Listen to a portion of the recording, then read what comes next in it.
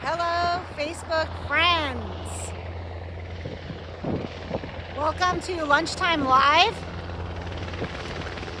We'll wait and see if anyone comes into the room. We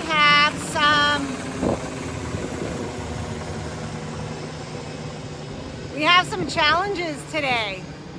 We are out here at the river mouth at the Tijuana River National Estuary Research Reserve, and we are doing our once a month Lunchtime Live, where Robin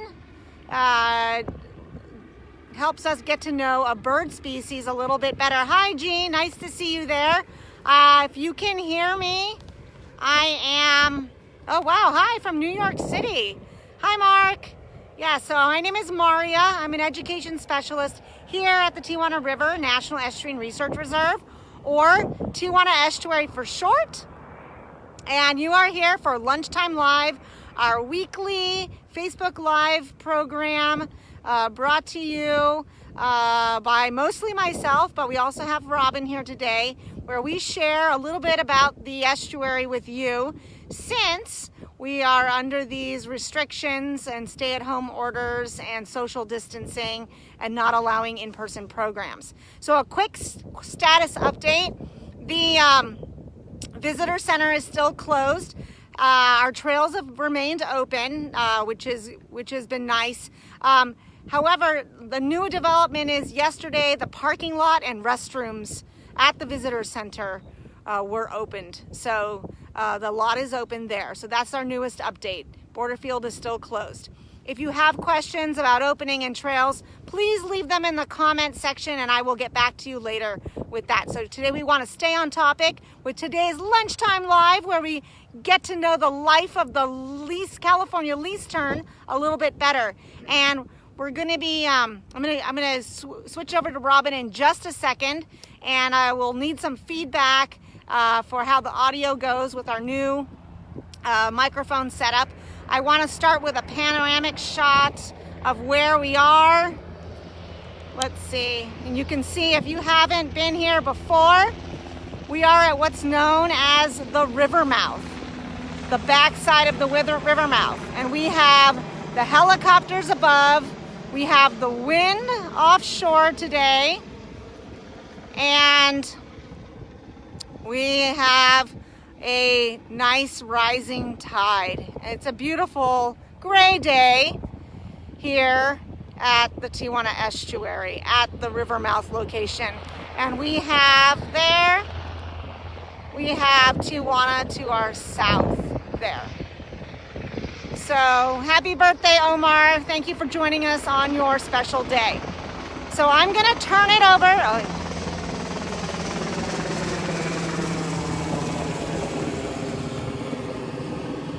I'm going to wait out that helicopter, and I'm going to turn it over to Robin with our new microphone setup, and hopefully you'll be able to hear her. So we'll do some test sounds first before she gets started with the content.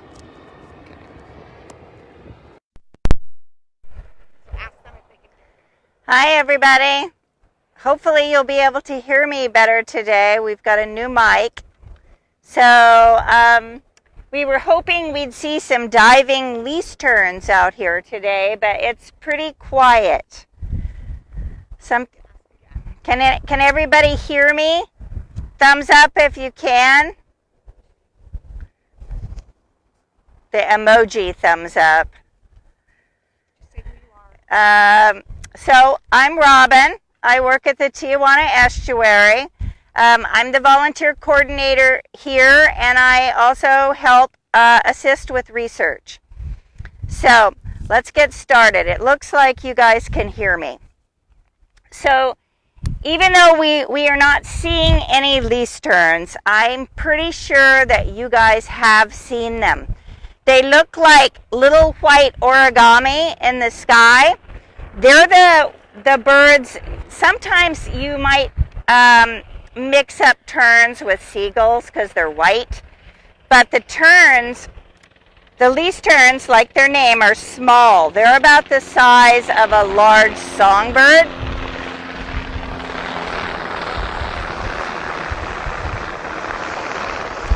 Anyway, they have very pointed, sharp wings.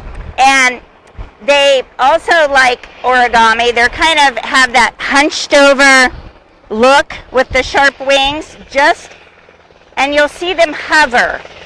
You'll see them hover and just stop in the sky.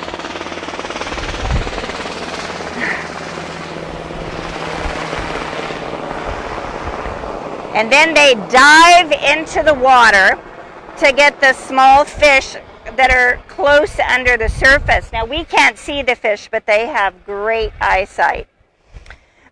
They hunt here in the estuaries, and let me show you what they look like. They have a black top that goes into their eye. Let me bring it up close. And I think the best way to recognize them is that white forehead, and they have a forked tail. They also have black wingtips, kind of a wedge, and a lot of black pigment is stronger than the white. So you'll notice that on a lot of birds, that the tips of their wings have black. Another interesting thing is in the summer when we see them, they have this yellow beak with a black tip. But in the winter, they winter in Central America, so we won't get confused unless we're in Central America. Can you hear them? We thought maybe we heard some. Anyway, in the winter, their beak is black, all black, which is kind of a cool trick. So, nesting season, they come here. They come here to breed all along the bays of the Pacific Ocean. And they are colonial birds, so they nest in colonies. It's usually about 25 pairs per colony. And they have site tenacity, which means that they'll return to the same site if it was successful. And a lot of that is because familiarity with a site reduces adversity. So when they court, I'll show you a picture of them courting, because this is another interesting thing. The male gets a small fish, flies straight up in the air, and the female will follow him if she's interested in him. And then they dive straight back down, and he feeds her the fish. And then they are a pair. They recognize each other by their call, which is kind of a shrill cry. You may hear that sometimes. And when they are courting, they do it away from the colony. And they do that because they don't want to attract any unnecessary attention, and especially since their courting involves food. So they stay away from the colony. Now then, once they go to the colony, to their nest, it might even be the same exact nest, their nest is just, it's called a scrape, and it's just a little dished out area in the sand. It could even be a footprint, somebody's footprint, and it has little pebbles in it. And I'll show you a nest. These are the terns nesting. You can see how camouflaged they are. They have, they lay 3 green eggs that are blotched with brown, and they do everything together. They both take turns incubating the eggs, and when the babies are born, they both feed them. And they do another interesting thing with the eggs, which is they get wet in the water, and then they come back to the nest and shake a little water on the eggs, or maybe they sit on the eggs with their wet feathers, and that's how they control the temperature for the babies. When the babies are born, they're called precocial, And that's because they have downy feathers already, their eyes are open, and they could walk out of the nest. They don't for about 3 days. And the reason they do in 3 days is because the parents start brooding less. The parents, here comes a helicopter. The parents are out fishing to feed them. And so the babies, I'm trying to see if I should wait. And so the babies, they need to take cover if the parents aren't sitting on them, because they have to get out of the sun and the wind and hide from predators. And the predators that they have are gold-billed terns, crows, birds, any of the hawks and the falcons. At night, skunks and possums. So they have a number of predators, even house cats. So these fledglings, they can fly in about 3 weeks, but they stay with their parents for about 3 months, because they have to learn how to fish. And that's probably a big learning curve. And it's what they eat is anchovies and top smelt. And an interesting thing is that during our El Nino weather patterns, they begin to eat insects and worms also. And I think they eat some crustaceans, but mostly it's these small fish. And those small fish are close to shore, which helps us able to see them, and also in the estuary. These birds are federally endangered, and they're also on the watch list for birds that are most likely to go extinct. And one of the problems is because we want to be on the beach too. And, there's housing developments, and there's people playing on the beach and taking their dogs and flying kites and throwing frisbees and all of that. Fortunately, the public has a real opportunity to save this species. And all you really have to do is follow those rules. Be careful to keep your dog on a leash, and don't get too close to the nest. Don't fly kites and throw frisbees around them. The reason is because if the least terns get separated from their parents, if they're scared, or if the parents get scared, the parents can actually get scared, step on the eggs and ruin them, or stay away from the nest too long so that the eggs don't hatch, or maybe just abandon the nest. But at any rate, if the babies end up separated from their parents, there's no rescue group that can save them, because we can't teach them to fish. We can feed them until they grow up, but then they would just die because they don't know how to fish.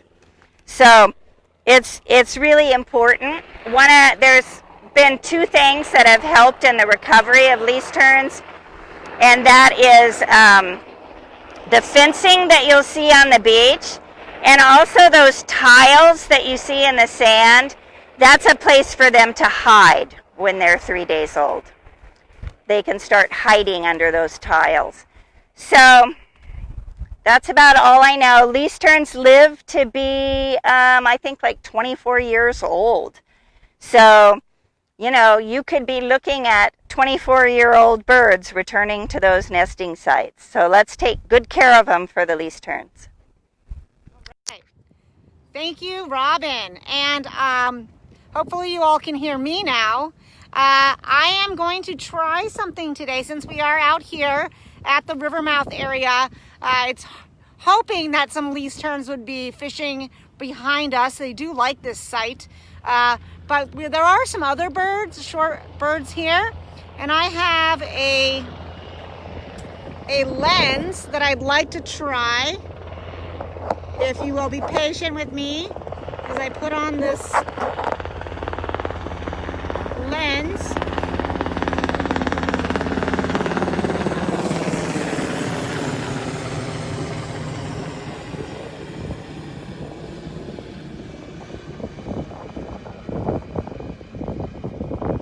All right, folks, so hopefully you can hear me. I have this new lens, and you can see it zooms in pretty well, considering it's not a high-end lens, and it's attached to the cell phone here. So there's a group of cormorants hanging out on that log out there. And I thought I saw a great blue heron. Let's see.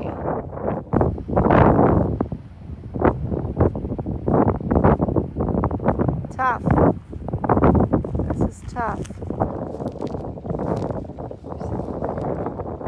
Can we get in? Can we zoom in?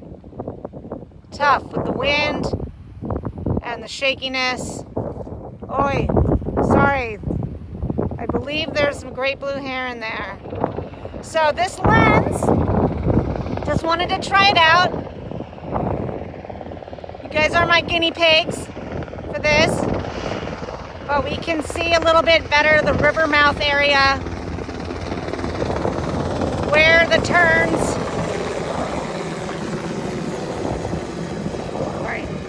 not just Lee's terns, but the other species of terns that visit us in the summer to nest, like to forage here at the river mouth. So thank you all for joining us today, for always being patient with technology issues. Thank you for the feedback. Have a wonderful day, and we will see you again next week for Lunchtime Live. Have a great day, everybody. Oops.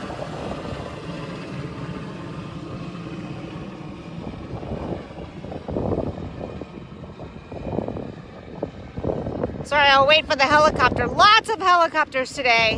Just wanted to say again, in case you missed that, thank you so much for joining us. Thank you for tuning in to Lunchtime Live. We love our Facebook friends. We hope we got some new friends today.